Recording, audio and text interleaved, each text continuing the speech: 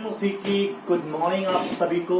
प्रभु यीशु मसीह का एक बार फिर से हम धन्यवाद करते हैं कि उसने एक बार फिर से हमें इतना सुंदर मौका दिया है कि हम सब मिलकर परमेश्वर की आराधना कर सकें, राइट। उसके गीतों को गा सकें, उसके वचन को सुन सकें, और ये परमेश्वर को भाता है। और प्रियो, हम आशा करते हैं कि आप सभी प्रभु यीशु मसीह में आनंदित होंगे। और आइए प्रियो, हम सब मिलकर के, हम जानते हैं कि इस समय आप हमारे साथ यहाँ नहीं है, लेकिन आत्मा में आप हमारे साथ हैं। पवित्र आत्मा ने हमें एक किया है। आप अपने घर पे भी हैं, लेकिन हम सब एक हैं, मसीह यीशु में एक हैं। तो आइए, आप जहां पर भी हैं, आप अपने घर पे हैं, देख रहे हैं, और आप अपने कहीं ऑफिस में जहां भी बैठे हैं, लेकिन आप इस आराधना में सहभागी हैं। परमेश्वर आपको भी बात करना चाहता है। आइए हमारे साथ परमेश्वर की आराधना कीजिए और प्रभु को महिमा दीजिए अपने जीवन से। इस गीत को गाएंगे हम और प्रभु को महिमा देंगे। Thank you Jesus, thank you father. हम आपका धन्यवाद करते हैं प्यारे परमेश्वर कि पिता, ये सारी आराधना पिता आपको भाई परमेश्वर, हमारा जीवन आपको भाई पिता, सिर्फ शब्द नहीं परमेश्वर, बल्कि हमारा पूरा जीवन हम समर्पित करते हैं, आपकी वेदी पे लेके आते हैं परमेश्वर। और जो आपको भाता हुआ बलिदान है, ये सच्ची आराधना है परमेश्वर। आज के समय को, आज के दिन को पिता आप ब्लेस करो पिता। सभी भाई जो हमारे बहन, जो परिवार इस सभा में सहभागी हुए हैं पिता, उन सभी से बातें करना और ब्लेस करना। आगे के समय को हम आपके हाथ में रखते हैं, यीशु के नाम से मांगते हैं। आइए प्रियो, इस गीत को गाएंगे हम, परमेश्वर की महिमा करेंगे। कोई नहीं है अपना तेरे सिवा हमारा।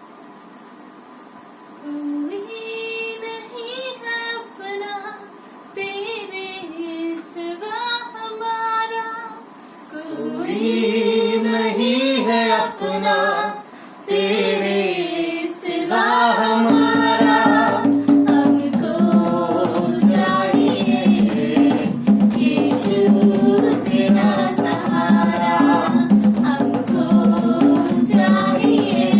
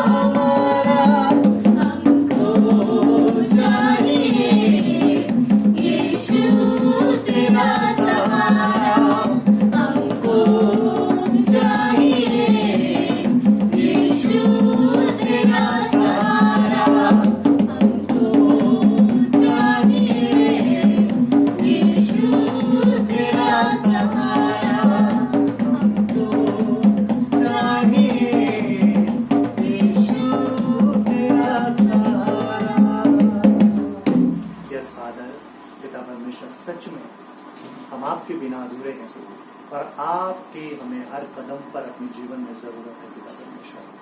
प्रभु यीशु मसीह, आगे के समय को जो संदेश प्रभु आ रहा है, आशीषित करो हमारे कानों को, जीवन को परमेश्वर। और जी को तेरे हाथ में रखने के लिए और बुराई करो यीशु के नाम से।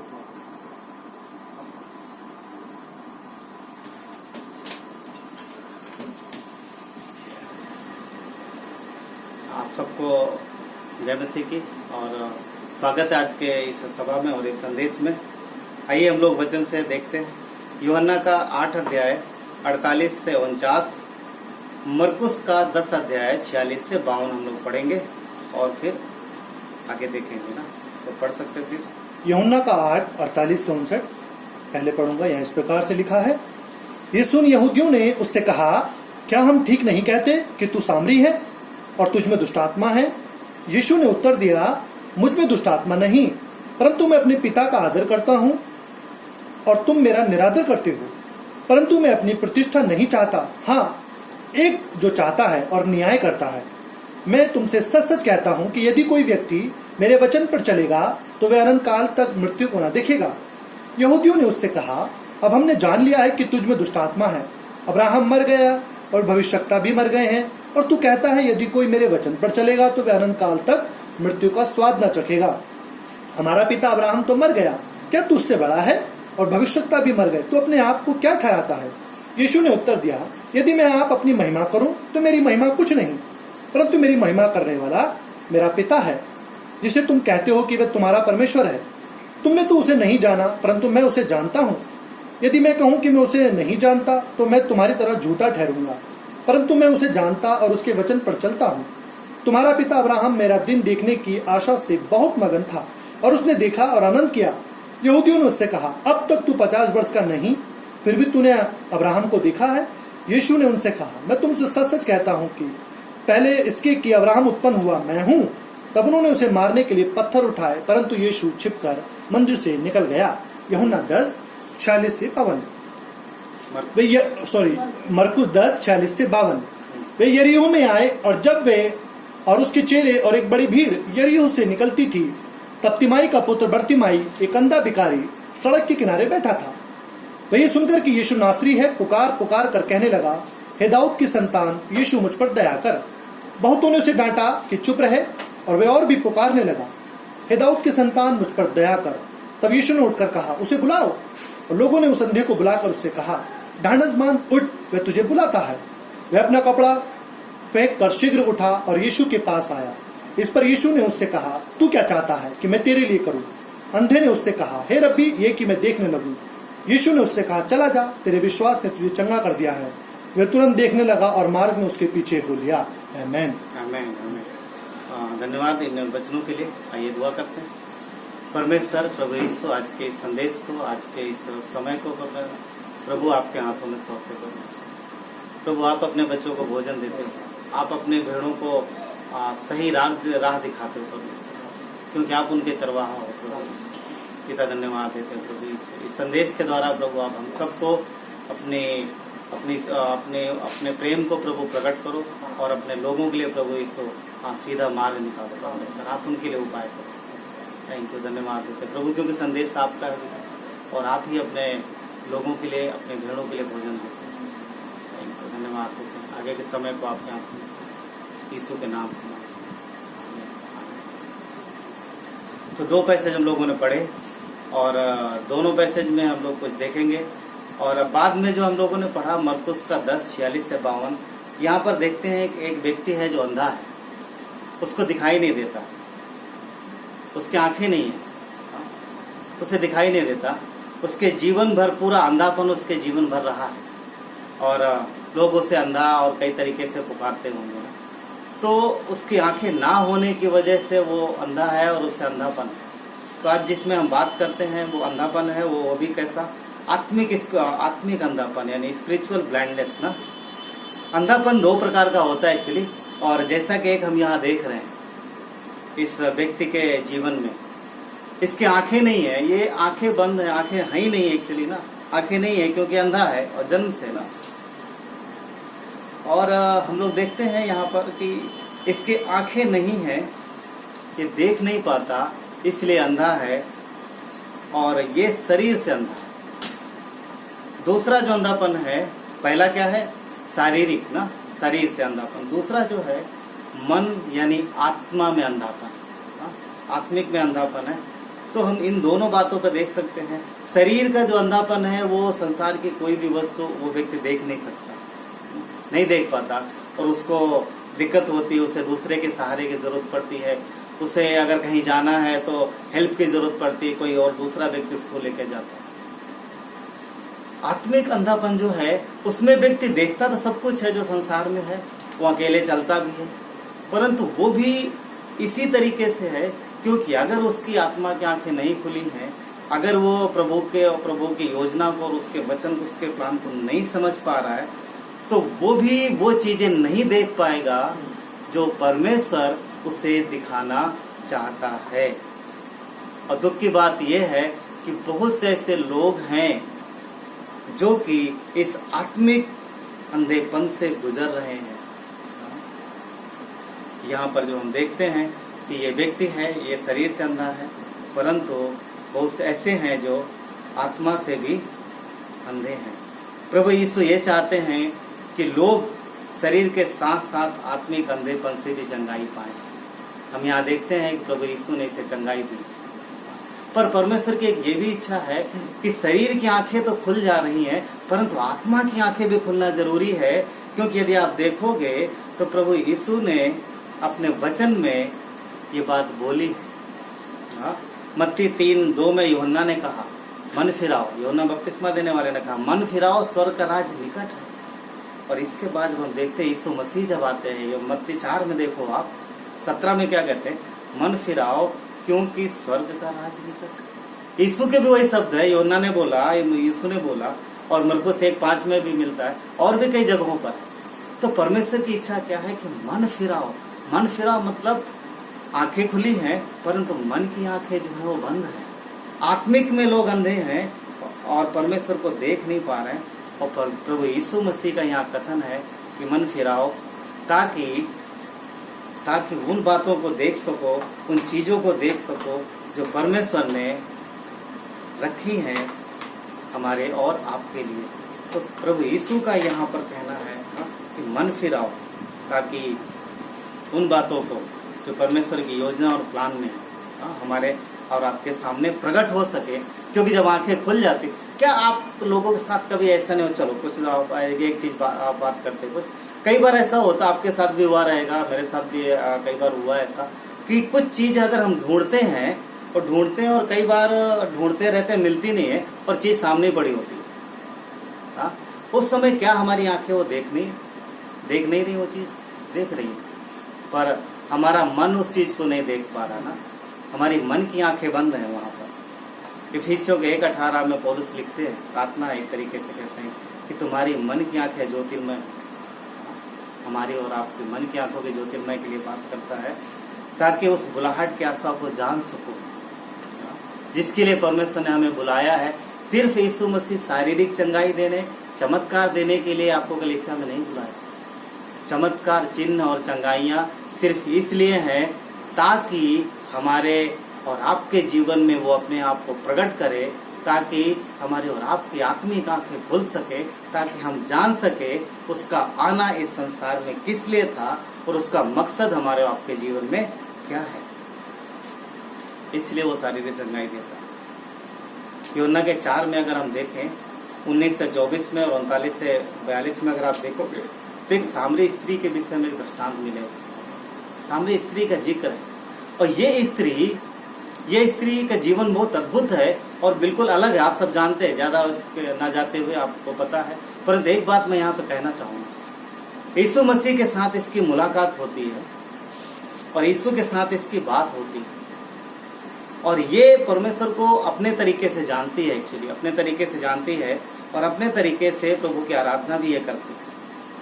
यीशु के साथ बातचीत होती है, उस बातचीत में इसको कुछ अलग लगता है और यीशु से ये सवाल करती है। यूहन्ना 4 में यदि आप देखोगे यीशु से सवाल करती है, बोलती प्रभु हम तो एक पहाड़ पर आराधना करते हैं, ये हमारे बाप दादा इस पहाड़ पर आराधना करते हैं, परंतु तुम लोग बोलते हो क्योंकि यीशु यहूदी था, बोलता तुम लोग बोलते हो कि वो आराधना की जगह जहाँ आराधना करनी चाहिए वो यरूशलेम। यीशु ने उसे क्लियर बोला, बोलता है नारी वो दिन आ रहे हैं, वो समय आ रहा है कि ना लोग इस पहाड़ पर ना यरूशलेम में, वो कहाँ आराधना करेंगे?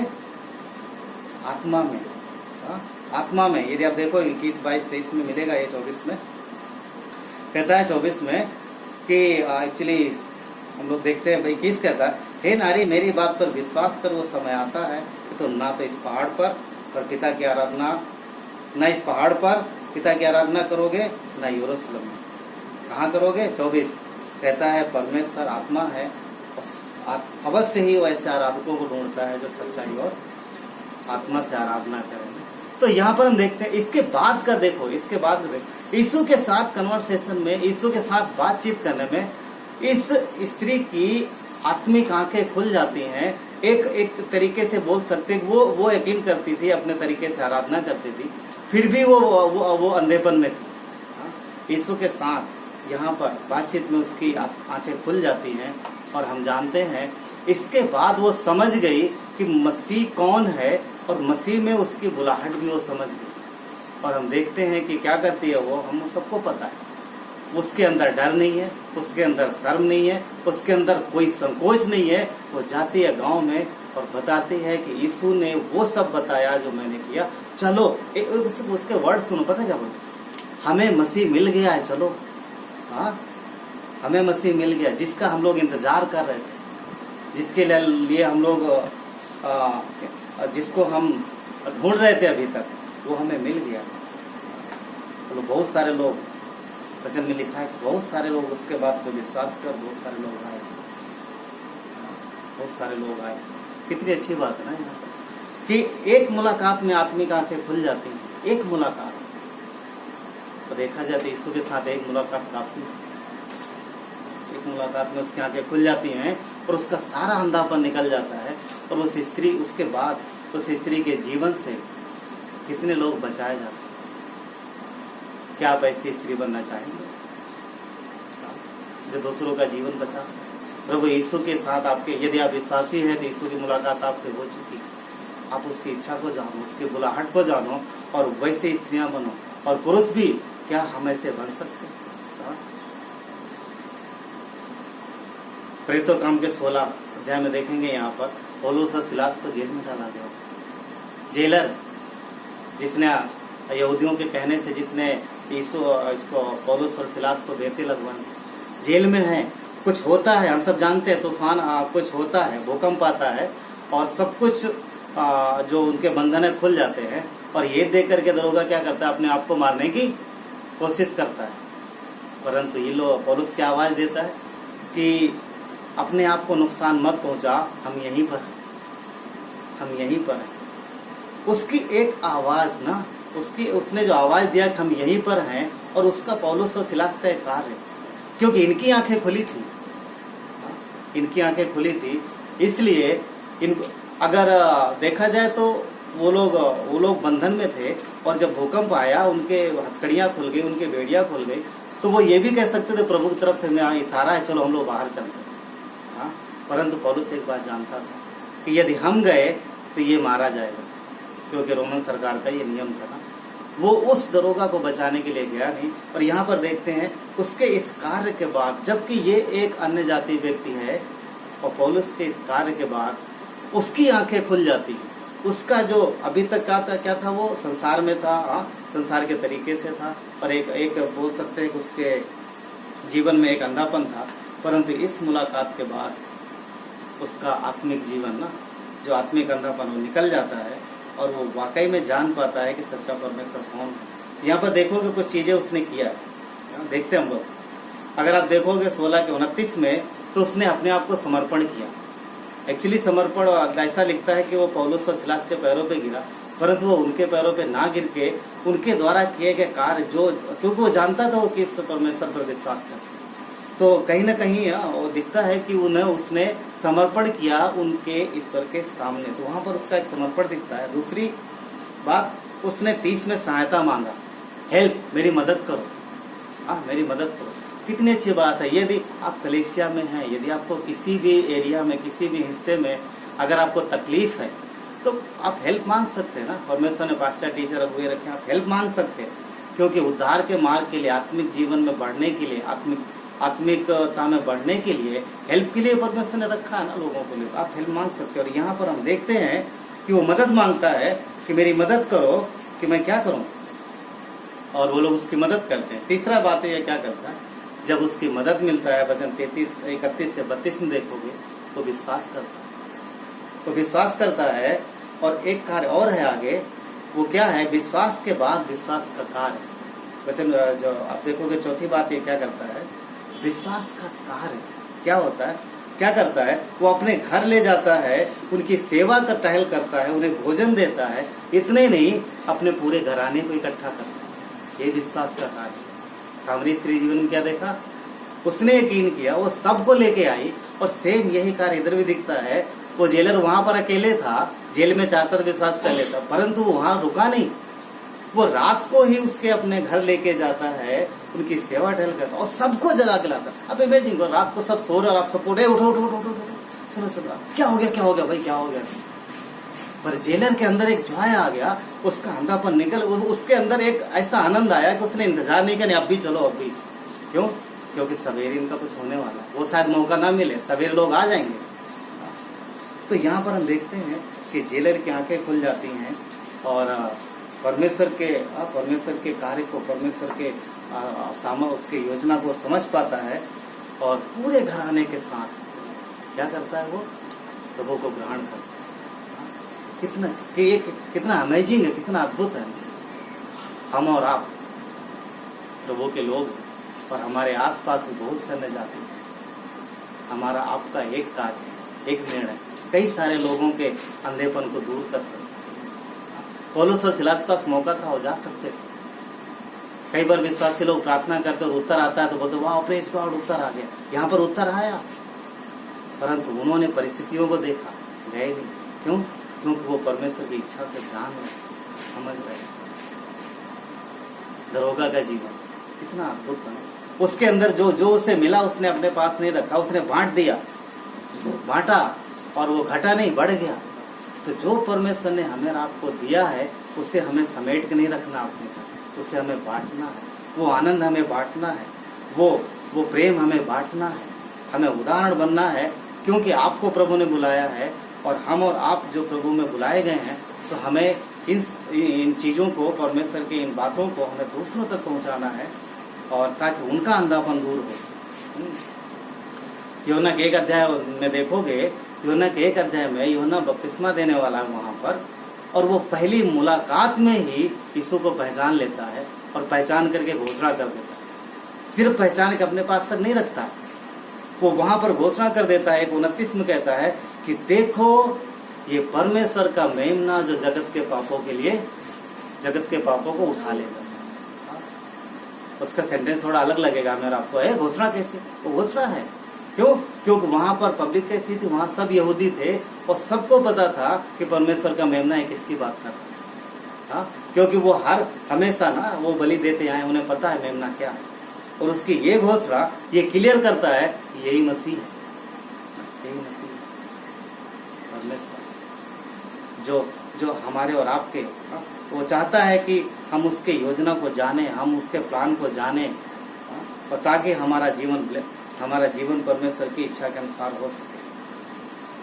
मरकुस 10 में जैसा कि हम लोगों ने पढ़ा, मरकुस 10 में यहाँ पर एक अंधा व्यक्ति है, बर्तिमाई, अंधा है बेचारा, और रास्ते में बैठा है, ये एरियो में है।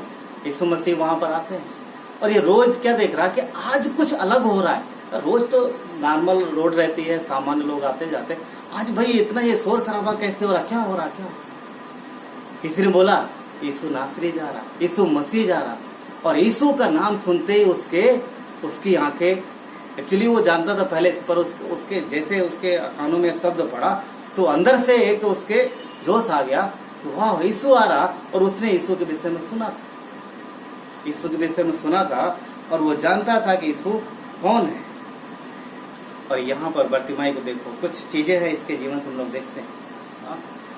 बर्तिमाई सड़क के किनारे बैठा है, यीशु नासरी गुजर रहे हैं, जैसे उसे पता चलता है अब उसके दिल में बेचैनी है, और जैसे कि वो भीड़ नजदीक आती है और वो पुकारना शुरू कर देता है, पुकारना शुरू करता है, आवाज देना शुरू करता है, यीशु को आवाज देना शुरू करता है। क्या कहता है? हे दाऊद की संतान मुझ पे दया कर, हे दाऊद की संतान मुझ पे दया कर। और जब वो चिल्ला रहा तो लोगों ने डांटना शुरू किया, क्योंकि भिखारी कैसा ना गंदे संदे बैठे होते हैं किनारे भीड़ में, एक किनारे भीड़ में बैठे होते हैं, गंदे संदे बैठे होते हैं।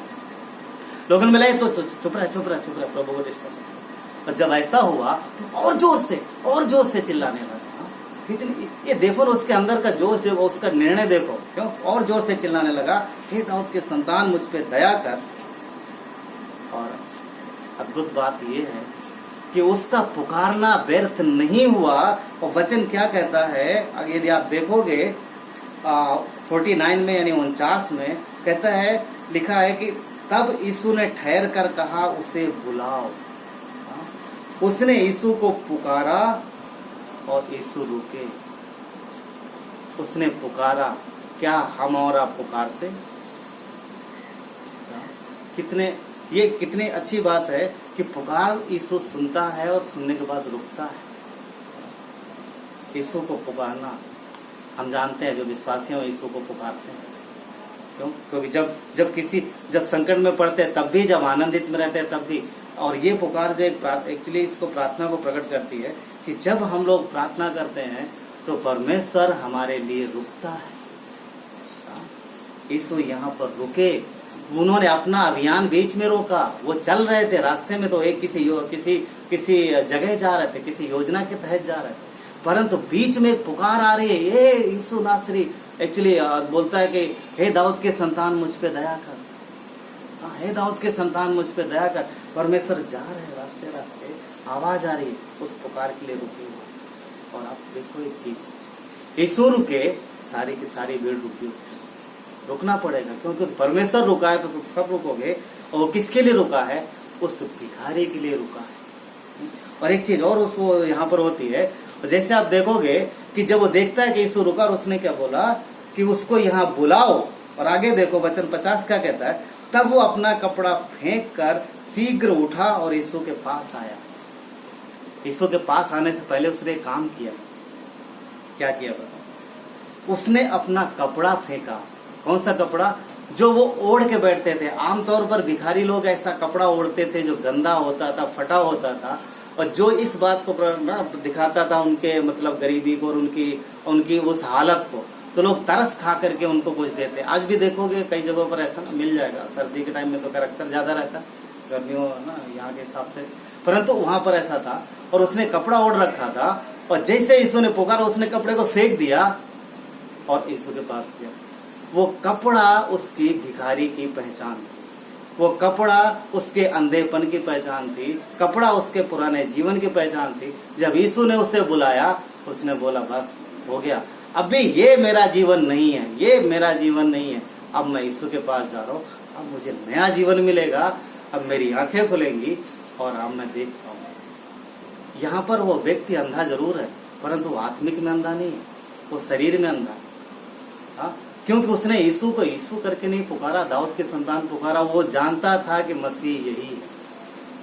आंखें ना होने के बावजूद भी ये व्यक्ति परमेश्वर को पहचानता। ये व्यक्ति जान गया यीशु को, आंखें ना होने के बावजूद भी। और निर्णय देखो, क्योंकि जैसे जाना कपड़ा फेंका, क्लियर जानता था कि अब मुझे दोबारा इसकी जरूरत नहीं पड़ेगी। नया जीवन प्रभु ने दिया है, नई पहचान प्रभु ने दिया है हमें। आपको भी परमेश्वर ने नई पहचान। उसकी आंखें खुली थी, वो अंधा जरूर था शरीर से, परंतु मन से वो जाग रहा था और यीशु को जानता था। नई पहचान। पहला पत्र 2:5 में कहता है यीशु मसीह की नई पहचान में, 1:5 में, 1:2 में एक्चुअली नई यीशु मसीह की पहचान में बढ़ते जाओ। बर्तिमाई अंधा था, परंतु इसने यीशु को पहचान लिया और एक ही मुलाकात में इसका अंधापन चला गया। इसका अंधापन चला गया।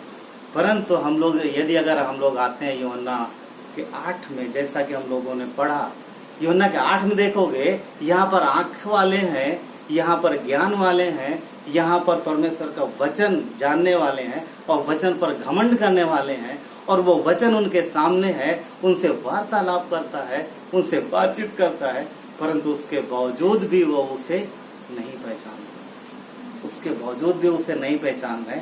क्यों? क्योंकि इनकी आंखें बंद हैं, इनकी आंखें बंद हैं।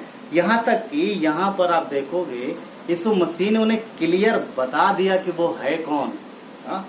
उसने क्लियर बता दिया कि वो है कौन।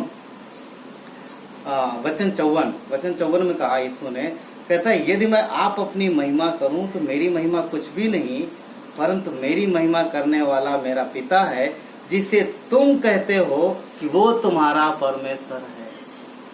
उसने क्लियर बता दिया ये बात कि वो कौन है। वो कौन है, परंतु फिर भी वो समझे नहीं। उसने 58 में भी बोला कि तुम्हारा पिता अब्राहम, जिसको तुम अपना पिता कहते हो, वो मेरा दिन देखने के लिए कितना उत्साहित था, और उससे वो बोलते उसने देखा भी। इसके बाद देखो, कहते उनकी आंखें इतनी बंद थी कि उन्होंने उसे स्वीकार करने के बजाय उसे मारने के लिए पत्थर उठाए। वहां पर वो व्यक्ति जो शरीर से अंधा था, उसकी आंखें बंद थी, परंतु उस आदमी की आंखें खुली थी। और यहाँ पर इनकी आंखें बंद हैं, यहाँ पर इनकी आंखें बंद हैं। आज हम और आप भी परमेश्वर को जानते हैं, उसके वचन में जानते हैं। ये भी जानते थे, मैं ये नहीं मेरा कहने का मतलब ये है कि ये परमेश्वर के वचन को जानते थे, परंतु इनकी आंखें फिर क्यों बंद थी? कुछ बातें थी, कुछ कारण, कुछ बातें आत्मिक अंधेपन की, जिसकी वजह से इनकी आंखें बंद थी। और ये चीजें आज भी हो सकती हैं। क्यों? क्योंकि ये लोग परमेश्वर के प्लान को, परमेश्वर की योजना को नहीं समझ पा रहे थे। कारण कि ये अपने तरीके से कुछ उनके उसके वचन को और परमेश्वर के योजना को अपने तरीके से देख रहे थे और अपने तरीके से लागू भी कर रहे थे। पहली बात, आत्मिक अंधेपन की कुछ बातें। पहली बात, झूठी या स्वयं की धार्मिकता।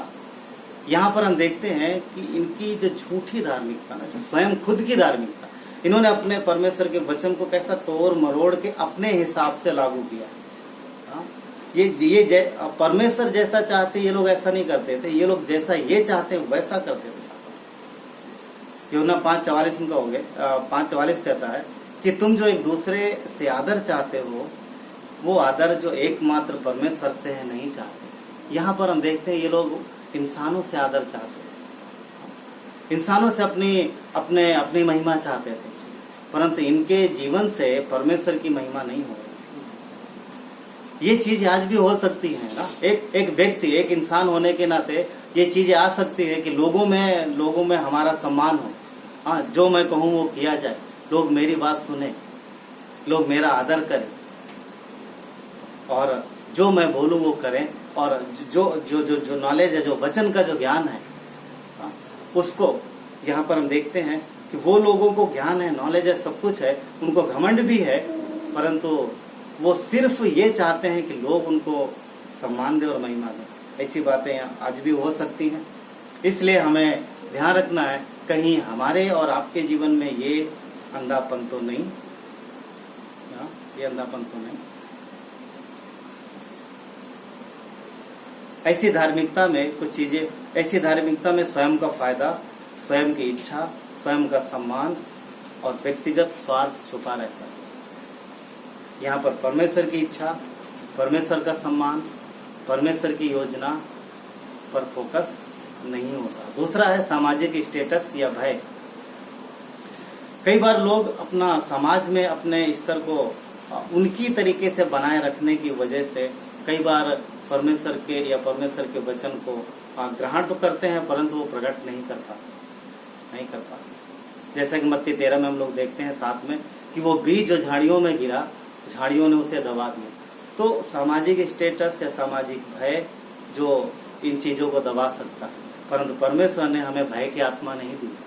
हाँ, उस स्त्री के जीवन में हमें देखते हैं, उस स्त्री से बढ़ करके कोई, मुझे नहीं लगता कि समाज में ऐसा कोई बदनामी या ऐसा कोई डर वाली, उसने जो किया था ना, वो पहले डरती थी और वो छुप छुप के पानी भरने जाती थी। परंतु यहाँ पर देखते हैं मसीह से मुलाकात के बाद वो जिस चीज से वो डरती थी उसी चीज को सबके सामने जाके बोली। उसे अब समाज का कोई डर नहीं रहा, अब उसे कोई भय नहीं रहा। क्यों? अब मसीह मिल गया, अब उसका अंधापन चला गया है। तो इसलिए प्रभु यीशु ने हमें भय की आत्मा नहीं दी है, प्रेम और निडरता की आत्मा दी है। तीसरी बात, खुद की धार्मिकता या खुद का निर्णय। कई बार लोग स्वयं की एक विचारधारा बना लेते हैं, मेरा ये मानना है, अब उस विचारधारा से बाहर नहीं निकलता और वहीं पर अडिग रहते हैं, वहीं पर उसी पे बने रहते हैं। मेरा ये मानना है, मैं इस तरीके से सोचता हूं। ये जरूरी नहीं है कि आप किस तरीके से सोचते हैं, जरूरी ये है कि परमेश्वर किस तरीके से सोचते हैं। इफिसियों के 4, इफिसियों का 4 अध्याय के लिए हम लोग चलते हैं। इफिसियों के 4 अध्याय में कुछ मिनट के लिए और 17 से, इफिसियों का 4 17 से आगे देखते हैं, थोड़ा 19 तक कहता है। 17 कहता है, इफिसियों का 4 का 17 इस प्रकार कहता है, इसलिए मैं ये कहता हूँ कि और प्रभु में आग्रह करता हूँ कि जैसे अन्य जाति लोग अपने मन की अनर्थ रीति पे चलते हैं, तुम भी फिर ऐसे ना चलो। क्या कहता है? तुम भी फिर ऐसे ना चलो। आगे 18 कहता है, क्योंकि उनकी बुद्धि अंधेरी हो गई है। मेरा ये मानना है, जो हम मानते हैं, लोग बोलते हैं मेरा ये मानना है, क्या ये जरूरी है कि वो सही हो? हाँ, परंतु वो एक निर्णय पे पहुंच गए, मुझे ये पसंद है, मैं ये करूंगा, परंतु वो जरूरी नहीं है कि जो आपने निर्णय लिया है वो सही हो। 18 क्या कहता है? क्योंकि उनकी बुद्धि अंधेरी हो गई है और उस अज्ञानता के कारण जो उनमें है, उनके मन की कठोरता के कारण वे परमेश्वर के जीवन से अलग हुए हैं और वो सुन्न होकर लोचपन में लग गए हैं कि सब प्रकार के गंदे काम किया करें। यहाँ परमेश्वर का वचन कहता है कि खुद जो उन्होंने निर्णय लिया, तो जरूरी नहीं वो क्या जो आपने निर्णय लिया है वो आपके लिए भला हो सकता है, परंतु वो परमेश्वर की इच्छा अनुसार नहीं हो सकता। और एक घटना बीते दिनों में हम लोगों ने देखा, एक न्यूज था, हमने पढ़ा था, न्यूज आया था, पंजाब की एक घटना है। एक परिवार है, 2 बेटे हैं और दोनों एक अच्छी पोस्ट पर हैं और उस घर में एक लड़की है जिसे एक अच्छी जॉब मिली है। बेटे की जो बेटी है वो SDM है। और खबर क्यों छपी? क्योंकि लगभग काफी दिनों से, कई सालों से उनकी माँ ना, उन बेटों की माँ जो बुजुर्ग है, जबकि बच्चे अच्छे स्टेटस में हैं, अच्छा उनका घर है और उनके पास अच्छा धन है, फिर भी एक माँ जो बुजुर्ग है वो सड़कों पर भीख मांगती है और रोड पर जीवन बीमार होके पड़ी थी सड़क के किनारे। किसी सामाजिक संस्था की नजर पड़ी, वो उठा के लेके गए हॉस्पिटल। वहाँ उसने बताया, वहाँ पहचान हुई कि ये किसकी माँ है। क्या नहीं था उनके पास? सब कुछ था, परंतु उनका निर्णय क्या सही था? उन्होंने निर्णय लिया, हम सब अभी माँ है, माँ ने जन्म दिया, जिस माँ ने जन्म दिया है, व्यक्ति अगर उसकी केयर नहीं कर सकता है, अभी ये परिवार ने निर्णय लिया है कि माँ को अलग रखेंगे, ये उनका मानना है, उनका निर्णय। अब इस जगह सब लोग बोलेंगे गलत था। माँ के पास एक, हम जानते हैं माँ का दिल कैसा होता है, वो बच्चों को संभालती है, अब खुद को तकलीफ में डालकर। तो ये निर्णय, ये आप यदि मैसेज सुन रहे हैं तो आपको लगेगा कि ये निर्णय बहुत बेकार था, बहुत गलत था, उनको ऐसा नहीं करना चाहिए। परंतु एक चीज सोचने वाली, माता पिता का दिल जो है, प्रेम का दिल, एक स्वर्ग में पिता है। कई बार हम और आप ऐसा अनजाने में ऐसा करते हैं कि हम उसके दिल को दुखाते हैं और हम उससे बहुत दूर हैं। उनका निर्णय उसकी माँ के, अपनी माँ के दिल को दिखाया और अंत में वो मर गई। हमारा और आपका निर्णय कई बार हमारे स्वर्गीय पिता के दिल को हमेशा दुखाता रहता है, जिसकी तरफ हमारा और आप ध्यान नहीं देते। तो खुद का निर्णय जो आप लेते हो वो सही नहीं है, हमें वो निर्णय लेना है जो परमेश्वर चाहता है। तो अगली बात जो आत्मिक अंधेपन की, वो है ज्ञान का घमंड। कई बार मनुष्य के पास इतना ज्ञान हो जाता है, उसको लगता है कि उससे ज्यादा बुद्धिमान कोई नहीं है, परंतु परमेश्वर कहता है कि जो मनुष्यों का ज्ञान है वो कुछ भी नहीं है। वो ज्ञान की वजह से एक्सेप्ट नहीं कर पाते। रोमियो का 1:22 कहता है, वे अपने आप को बुद्धिमान जताकर मूर्ख बन गए। परमेश्वर मूर्ख बोलता है संसार, मूर्खता बोलता है संसार के ज्ञान। और कई बार लोग इस वजह से परमेश्वर के वचन को स्वीकार नहीं करते, क्योंकि उनके अंदर ज्ञान का आत्मिक अंधापन है, ज्ञान की आत्मिकता का अंधापन। रोमी 1:4-24 कहता है, इस कारण परमेश्वर ने उन्हें भी उनके मन की अभिलाषाओं के अनुसार अशुद्धता के लिए छोड़ दिया कि वे आपस में अपने शरीरों का अनादर करें। यहाँ पर क्या कहता है कि परमेश्वर ने उन्हें छोड़ दिया, ठीक है, अब तुम्हारे पास इतना ज्ञान है, तुम्हारे पास इतना घमंड है, अब जब मन कठोर करके बैठे हो तो परमेश्वर फिर क्या कर सकता है, क्योंकि परमेश्वर ने मनुष्य को क्या दिया, फ्री विल दिया ना, स्वतंत्र इच्छा दी। तो कई बार ज्ञान का घमंड भी आत्मिकता ना स्पिरिचुअल ब्लाइंडनेस का कारण बनता है। पांचवी बात, परमेश्वर के प्रति उदासीनता।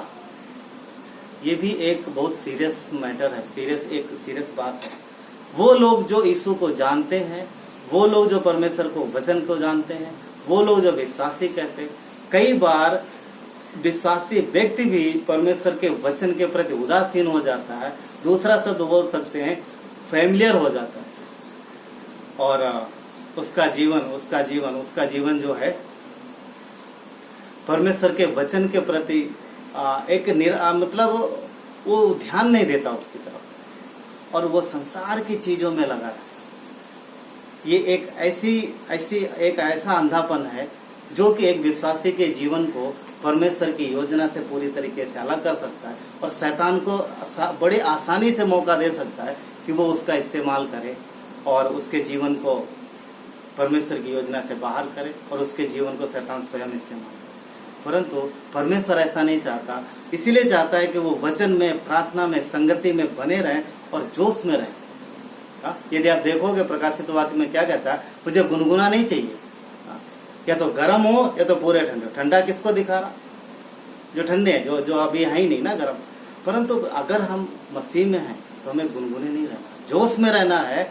और ये अगर आप उदासीन हैं, आप परमेश्वर के वचन के प्रति आप लापरवाह हैं, जागरूक नहीं है, तो फिर आप एक ऐसे अंधेपन में हैं, इसका फायदा शैतान उठा सकता है। इसलिए जागरूक हो जाइए। वो अंधा व्यक्ति जो शरीर से अंधा था परंतु आत्मा में जागरूक था, उसने ये नहीं पूछा ये यीशु कौन है भाई, क्यों इसके पीछे भीड़ चल रही है, नहीं पूछा। वो जानता था कि यीशु कौन है, वो जानता था मसीह कौन है, वो जानता था कि मसीह आएगा और दाऊद की संतान कहलाएगा, वो जानता था। इसलिए परमेश्वर ने हमें जो बुलाया है तो हमें जागरूक रहना है, और हमें अपने मौके को ना, परमेश्वर ने जो ये मौका दिया इसका सही से इस्तेमाल करना, ताकि पौलुस और सिलास की तरह हम भी कई लोगों के लिए आत्मिक अंधेपन को दूर करने का कारण बने। उस सामरी स्त्री के जैसे उसने सामाजिक भय का डर नहीं किया, परंतु उसने अपना जो उसका पाप था, उस पाप में डरने के बजाय उसने उजागर किया और उसके बजाय लोगों को लेके आया। आप देखोगे वहां पर परमेश्वर का कार्य। तो आज के इस संदेश में परमेश्वर का आप सबको आशीष दे। तो परमेश्वर ये चाहता है कि हम अपने आत्मिक अंधेपन को दूर करें। आपके आत्मिक अंधापन किसी शरीर के मीन्स आत्मिक जीवन के कई सारे एरिया में, किसी भी एरिया में हो सकता है। आपको जानना है, प्रार्थना करना है, पुकारना है ना, परमेश्वर मदद के लिए रुकता है, तो आपकी मदद करें। आइए प्रार्थना करें। जीवित पिता परमेश्वर, धन्यवाद देते हैं प्रभु इस संदेश के लिए। प्रभु दरोगा ने मदद मांगी, पौलुस और सिलास ने मदद की थी। परमेश्वर उस आत्मिक व्यक्ति ने मदद मांगी, परमेश्वर उस अंधे व्यक्ति ने मदद मांगी, आप रुके। प्रभु यीशु हम प्रार्थना करते हैं कि आपके लोग पिता जिस भी क्षेत्र में वो अंधेपन से गुजर रहे हैं, प्रभु प्रार्थना करते हैं आप उनकी आंखें धन्यवाद देते हैं। यदि आपने अभी तक यीशु पर विश्वास नहीं किया तो आज आपके पास मौका। यदि आप ये वीडियो पहली बार देख रहे हैं और आपने यीशु पर विश्वास नहीं किया तो प्रभु यीशु पर विश्वास करिए। वो आपके पापों के लिए मरा है, उसने क्रूस पर जान दी, और वो इस बात का वादा करता है कि जब भी आप धरती छोड़ेंगे आप स्वर्ग में होंगे। वो आपसे प्यार करता है, तो आपके जीवन में शांति और आनंद लाना चाहिए। आप उसे अपना उद्धारकर्ता स्वीकार कर सकते। धन्यवाद देते हैं आपकी। प्रभु यीशु के नाम से आमीन।